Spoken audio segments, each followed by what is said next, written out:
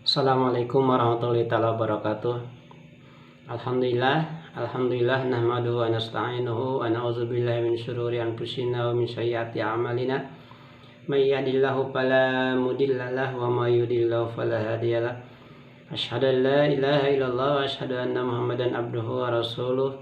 Arsala rasulahu bil huda wa dinil haq liyudhhirahu 'ala dini kulli wa kafa billahi syahida, amma ba'du. Teman-teman yang dirahmati Allah Subhanahu wa taala, alhamdulillah pada kesempatan ini kita masih bisa dan masih diberikan beberapa nikmat oleh Allah Subhanahu wa taala, yang nikmat-nikmat ini yang harus kita syukuri tentunya ya. Dan pada saat ini teman-teman juga mudah-mudahan pada sehat semuanya dan tetap semangat walaupun masa-masa sekarang bahasanya semakin kesini gitu ya, terkait kebijakan pemerintah juga ya, buat kita sebagai masyarakat harus jaga kesehatan, ikuti protokol kesehatan gitu ya. Mudah-mudahan itu semua berlalu, atau walaupun misalkan tetap ini berlanjut ya, tetap kita jangan ketinggalan atau jangan patah semangat. Oke teman-teman yang saya hormati, tentunya teman-teman ada di tempat saat ini, ada di tempat yang mulia ya. Jadi saat ini ada di tempat yang mulia. Kenapa saya katakan ada di tempat yang mulia? Karena mungkin ya dalam kondisi atau saat ini juga teman-teman lagi kita silaturahmi walaupun kita berada di satu tempat yang menurut pemikiran kita tidak begitu mulia, seolah-olah gitu secara pendapat kita. Padahal artinya gini, suatu tempat bisa dikatakan tempat yang mulia ketika tempat tersebut dipakai untuk apa yang Allah perintahkan, dipakai untuk mencapai ridha Allah. Contohnya ngaji kan gitu ya, atau misalkan belajar ilmu lah, belajar ilmu yang lainnya yang sifatnya memang ilmu syar'i yang memang Allah perintahkan. Selain juga misalkan melakukan sholat juga aurad misalkan seperti tahmid, takbir, tasbih. Artinya dimanapun tempat, ketika tempat tersebut kita pakai untuk ridho Allah, maka tempat tersebut itu tempat yang mulia disebutnya ya. Kategorinya tempat itu mulia. Masalahnya gini, kenapa saya katakan tempat mulia?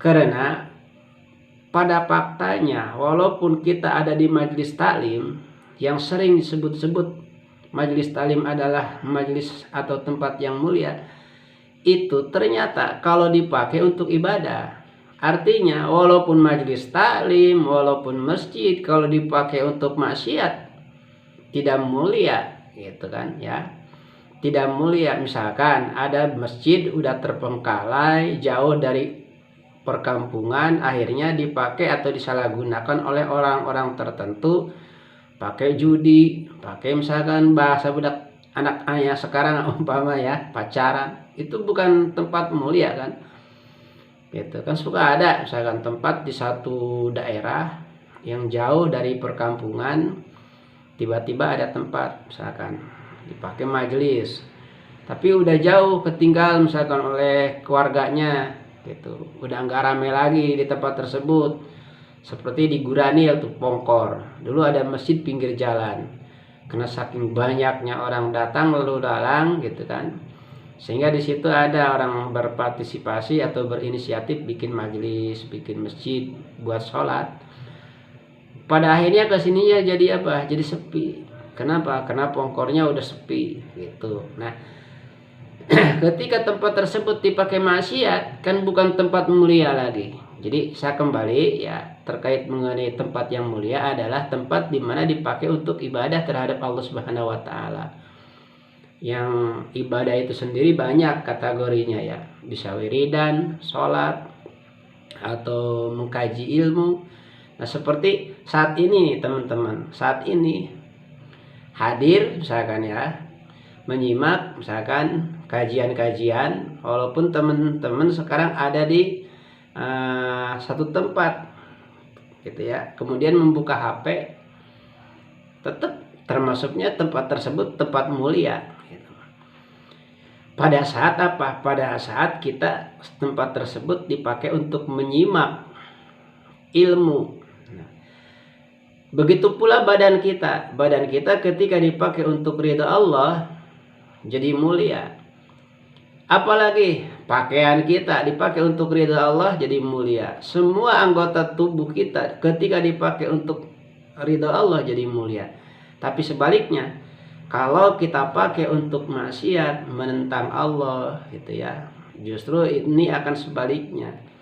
Jadi badan kita jadi hina, badan kita tidak mulia lagi, dan tempatnya pun tidak mulia lagi. Semuanya yang ada di sekitar kujur tubuh kita, di sekitar badan kita, di sekujur tubuh kita sudah tidak mulia lagi kalau dipakai untuk maksiat kepada Allah. Oke teman-teman, saat ini saya mencoba untuk mengenai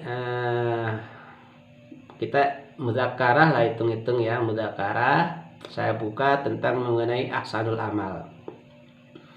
Jadi kajian kali ini saya akan mencoba untuk menjelaskan tentang ahsanul amal. Bahasa ahsanul amal itu bahasa Arab. Dalam Al-Quran ada namanya ahsanul amal. Apa artinya? Jadi ahsanul amal itu artinya amal yang terbaik gitu ya. Seperti di dalam surat Al-Muluk, Allah berfirman, faqala ta'ala, bismillahirrahmanirrahim, alladzi khalaqal mauta wal hayata liyabluwakum ayyukum ahsanu amala. Itu ya. Jadi Allah berfirman yang artinya dialah Allah zat yang telah menciptakan mati dan hidup, kan gitu ya. Liyabluwakum ayyukum ahsanu amala, tujuannya untuk mencoba kepada hambanya ahsanu amala, siapa di antara kita yang baik amalnya gitu. Jadi Allah ingin melihat sejauh mana amal-amal yang kita lakukan itu amal yang terbaik. Berarti ketika amal itu amal terbaik, berarti bukan cuma amal biasa gitu, tapi amal yang luar biasa, dilakukannya pun di luar kebiasaan orang melakukan. Kalau amal-amal yang baik gak banyak misalkan ya, seperti ya sholat duha umpama gitu ya, atau misalkan qobliyah ba'diyah gitu. Atau misalkan kalau kita ngaji misalkan ya ngaji-ngaji biasa, kalau ibu-ibu misalkan di majelis taklim rame, apalagi ibu-ibu rame banget ya daripada laki-laki. Iya, kalau ibu-ibu lebih banyak, lebih rame daripada laki-laki. Kemudian misalkan ya ngaji-ngaji seperti bapak-bapak juga misalkan di tiap malam, atau misalkan malam apa tergantung waktunya lah ya, itu ngaji-ngaji biasa itu artinya. Nah kita coba untuk atau menjelaskan tentang mana contoh ngaji yang luar biasa. Misalkan gini, nanti kita jadikan sebagai studi banding gitu ya. Misalkan kita lihat dulu ada yang namanya bahasa kumpul dalam konteks ngaji, misalkan halakoh ya. Gitu. Kita kembali misalkan ke sejarah baginda Rasul. Sejarah Rasulullah dulu, beliau menjelaskan tentang Islam lah katakan ya, tentang Islam kepada para sahabat waktu itu. Yang paling pertama Rasul ajak untuk dakwah, yang diajak dakwah gitu ya oleh Rasul, tentu kepada orang yang paling dekat ya, diantaranya misalkan apa, Siti Khadijah. Nah setelah Siti Khadijah pada saat itu kan termasuknya masih kaya lah, janda kaya kan waktu itu. Begitu dinikah oleh Rasulullah, beliau kaya. Nah beliau punya apa? Punya yang namanya bujang, anak buah ya, pekerja namanya Zaid bin Harisah. Nah Zaid bin Harisah ini termasuknya kontakan dari Siti Khadijah, diajak lah gitu, diajak untuk memeluk Islam oleh Siti Khadijah. Kemudian lagi ada yang misalkan diajak juga oleh Rasulullah, diantaranya ke sininya misalkan Abu Bakar. Abu Bakar juga Rasulullah tidak luput gitu ngajak, termasuk kepada Sayyidina Ali. Nah, di antara yang 4 ini, mulai misalkan dulu Rasulullah menjelaskan tentang Islam kepada orang yang 4 ya, di antaranya pertama Siti Khadijah, kemudian Zaid bin Harisah, kemudian Abu Bakar dan Sayyidina Ali. Saat itu kan kumpul mereka berempat. Jadi 4 orang termasuk berarti Rasulullah yang kelima. Nah, kumpul di satu tempat itu mulai Rasulullah mengkaji ya, atau sejarah terjadinya dakwah Rasul setelah beliau menerima wahyu untuk menjelaskan tentang Islam. 4 orang ini gitu.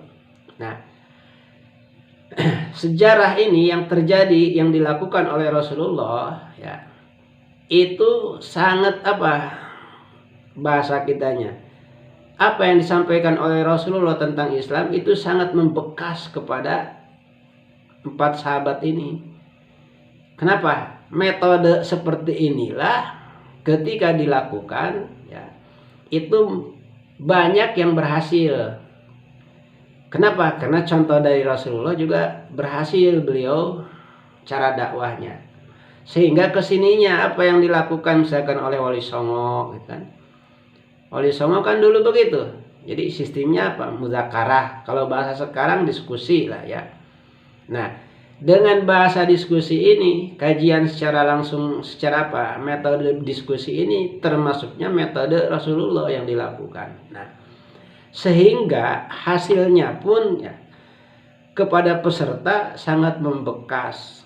Kalau bahasa kerennya, ngaji seperti itu, lahirlah puas di batin, tentrem di jiwa, bisa diterima oleh akal kita gitu.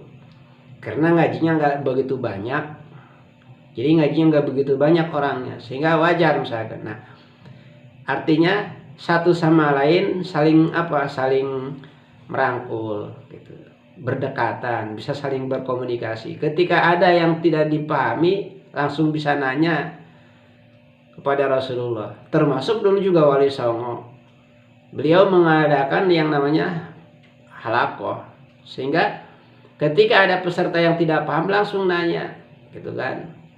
Jadi betapa gampangnya nanyanya. Kenapa? Karena tidak ricuh, nggak begitu rame gitu. Nggak seperti sekarang misalkan pakai speaker gitu kan, jadi agak berisik gitu kan. Tapi kalau dengan cara seperti itu, kalau bahasa Sundanya rencep gitu. Jadi ada yang nggak paham, tolong diulangi barusan apa maksudnya. Nah, kan bisa begitu. Tapi kalau dengan cara misalkan dengan cara bukan jeleknya, jangan salah tafsir. Yang sekarang dilakukan misalkan atau yang terjadi sekarang mengenai pengajian itu bagus gitu. Saya nggak mengatakan nggak bagus, cuman kita kan dalam hal ini konteksnya sedang menjelaskan tentang ahsanul amal. Jadi amal yang terbaik, tentu kalau amal yang terbaik hasilnya pun lebih dari biasanya gitu. Dan ketika hal itu dilakukan, di samping lebih dari biasanya, hasilnya pun lebih dari yang lainnya. Kemudian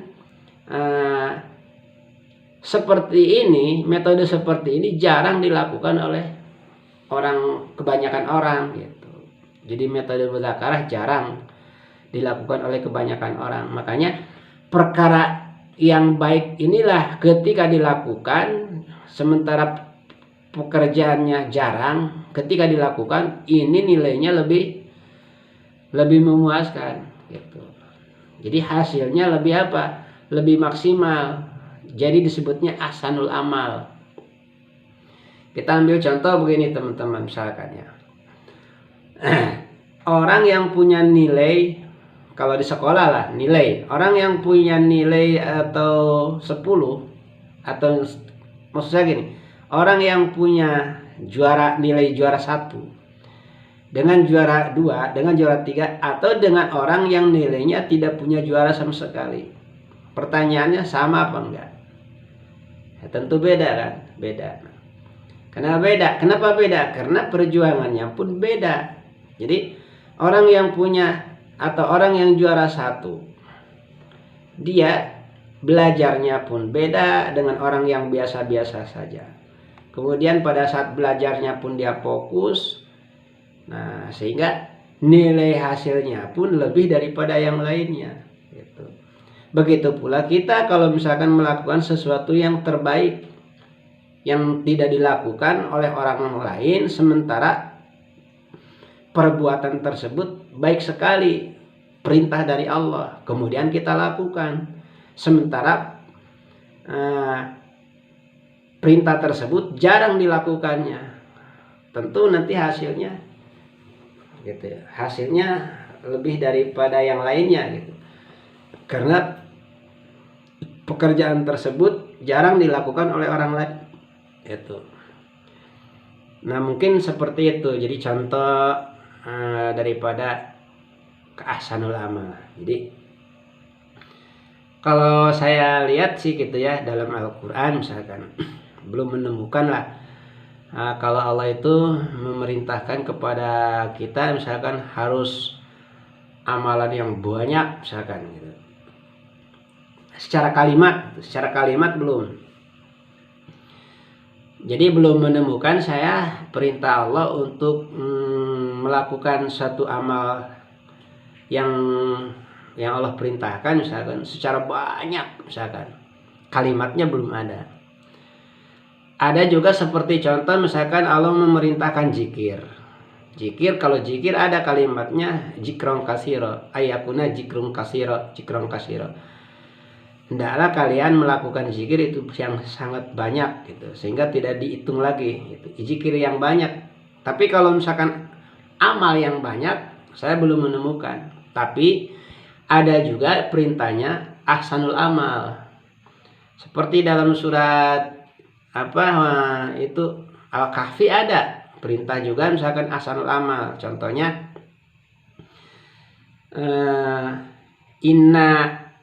Inna ja'alna ma'alal ardi zinatal laha linabluwakum ayyukum ahsanu amal. Kan gitu ya.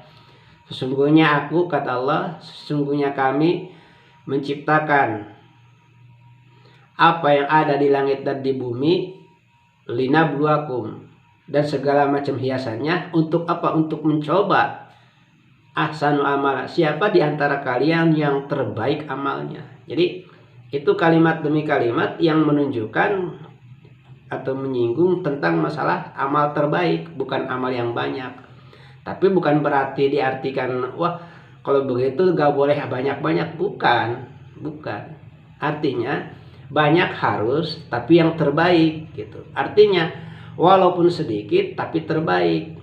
Karena baginda Rasul juga mengatakan atau menjelaskan gitu ya dalam sebuah keterangan, apa sih amal yang terbaik? Baginda Rasul ditanya oleh sahabat. Rasul mengatakan khairul amal adwamuha wa in qalla. Nah, kan gitu. Amal yang baik itu, amal yang terbaik, amal yang berkesinambungan walaupun sedikit tapi terus. Gitu. Jadi artinya memang bukan berarti harus banyak gitu. Dan bukan berarti misalkan tidak boleh banyak. Tetap harus lakukanlah sebanyak mungkin. Tapi maksud daripada hadis tersebut gitu ya, maksud diantara hadis tersebut adalah lakukanlah amal tapi lanjut, jangan berhenti gitu. Jangan berhenti di tengah jalan, giliran misalkan rajin. Contoh nih ya, misalkan fakta di lapangan atau fakta ketika kita misalkan di bulan puasa kan tahu sendiri, apalagi misalkan malam pertama ya, apalagi malam pertama misalkan